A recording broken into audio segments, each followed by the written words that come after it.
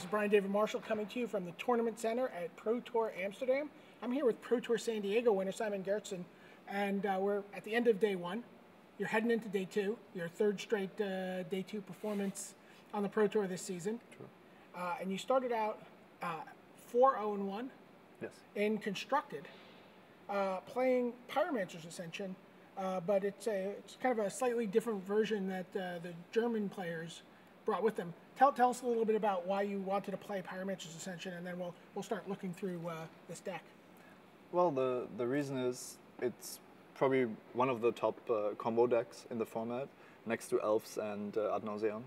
So Elves is too easily hated by Punishing Fire, and everybody's playing it. So this leaves us with these two decks, and it's easy to hate on Pyromancer Ascension, so you need a plan for that, but we liked it the most. So there's a couple of noticeable differences from Pyromancer's Ascension in Standard to Pyromancer's Ascension in this new extended format. And it's sort of the same thing we seem to talk about when we talk about every deck in this format. One of the great pieces of the puzzle to getting your Pyromancer's Ascension turned on is, recurring Punishing Fires, right? Yes, and it's also a win condition on its own. It controls the board against aggressive decks. Right. So you don't actually bother in this version with having Call to Mind for your Time Warps. You're not looking to set up this infinite loop of Time Warps. No, if you take extra turns, it's nice, but it's not needed. So you only have 2 Time Warps in this version, and you have no Call to Minds. And the idea being that you let your opponent gain 1 life, and then you deal 4 damage to them. Right. Instead, it's a much quicker clock, and you just lightning bolt them a couple times, and it's really finishing. But if that's not enough,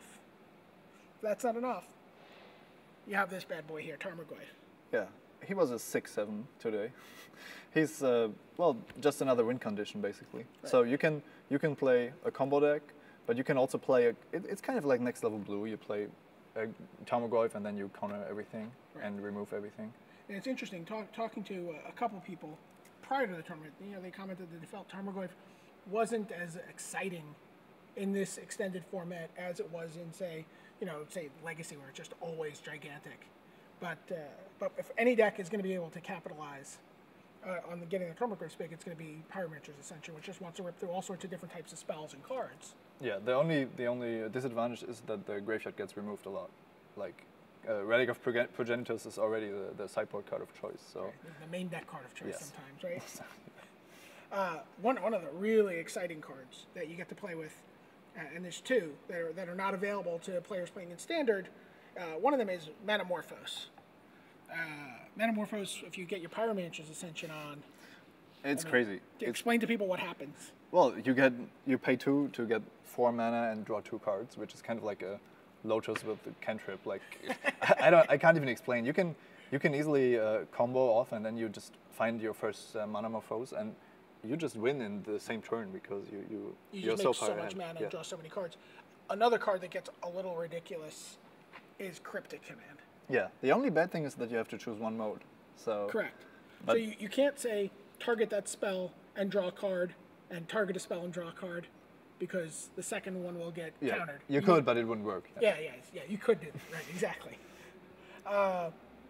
So, I mean, other than that, it seems pretty much the same. You want to Ponder, you want to Preordain, you have Manamorphose, which sort of, I guess, acts as the Sea Beyond to some extent that we saw in the Standard versions.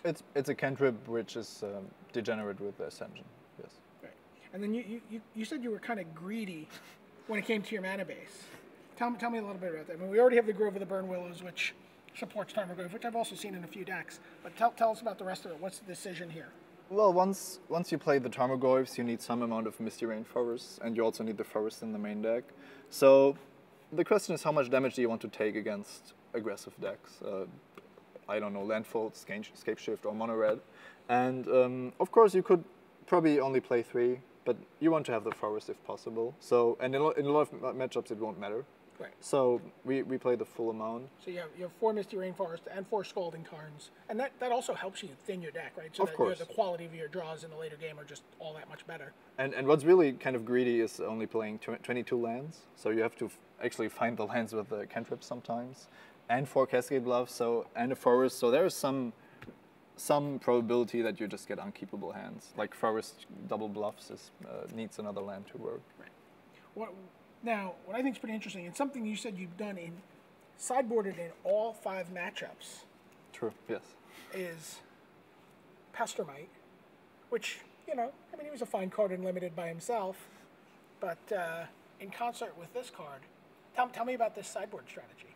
Well, like, as you saw, the main deck is already kind of a hybrid deck. So we are playing aggro control and combo. And after boarding, you can expect people to have graveyard hate. Like, you don't come to Amsterdam without graveyard hate.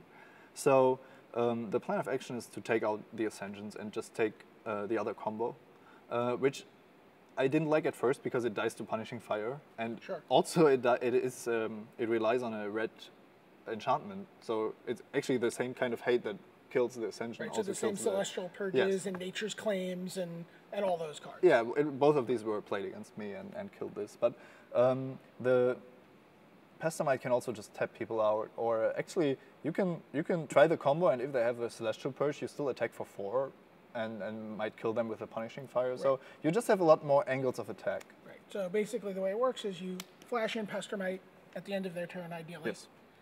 Untap, and you play a Splinter Twin on Pestermite. And if that resolves, that's the first thing. If that resolves, you generally have won the game, right? No, then they can still kill the Splinter Twin. Sure. So then I try to copy the Pestermite, and if they don't have anything, I will get an infinite amount of hasty Pestermite. The way it works is you make a Pestermite token, you untap the Pestermite, this Pestermite, tap it again, and you keep doing that, and then you have a whole row of hasty Pestermites. Yeah, that should be enough. Yeah.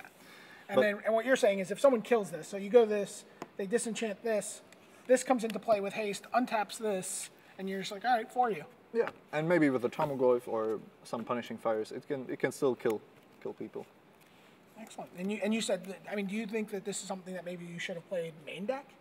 No, definitely not. It's not a good combo in this sense. Like I said, it dies to Punishing Fire.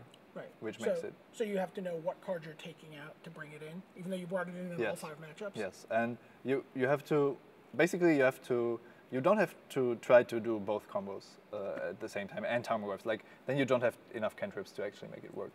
And you have to know what you're doing and what your opponent will do also. Like, I played against some Steplung's GOP'd Scapeshift deck, and he was playing Punishing Fire game 1, but I still brought in the combo, and I was not afraid of Punishing Fire because for him it's the right choice to take it out. Right. So I just won turn 4. Right. What are the Krosan Grips for?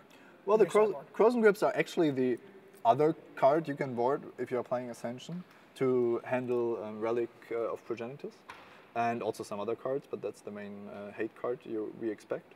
So if you don't want to board in the Pestermites, then you can still do 3 Krosan Grips, some counter spells, and have another plan at winning. Right, and then the final 4 cards in your sideboard is we have a little package of counter spells, a little bit of this, a little bit of that. Focusing on the hard counters. I don't like spell pierces or anything like this. So you feel pretty good about this deck. You went 4-0-1 with it in standard. You're looking forward to playing another 5 rounds with it. Yes, I do. If I was gonna build this deck on Magic Online tonight and tool around in the tournament practice room, what would you suggest making any changes at all to what you've got so far? No, not at all. So these 75 cards, go out, play it on Magic Online, have a lot of fun. Yeah, it's not perfect, but it's a great deck. Excellent. For Simon Görtzen, this is Brian David Marshall signing off from the Tournament Center at Pro Tour Amsterdam.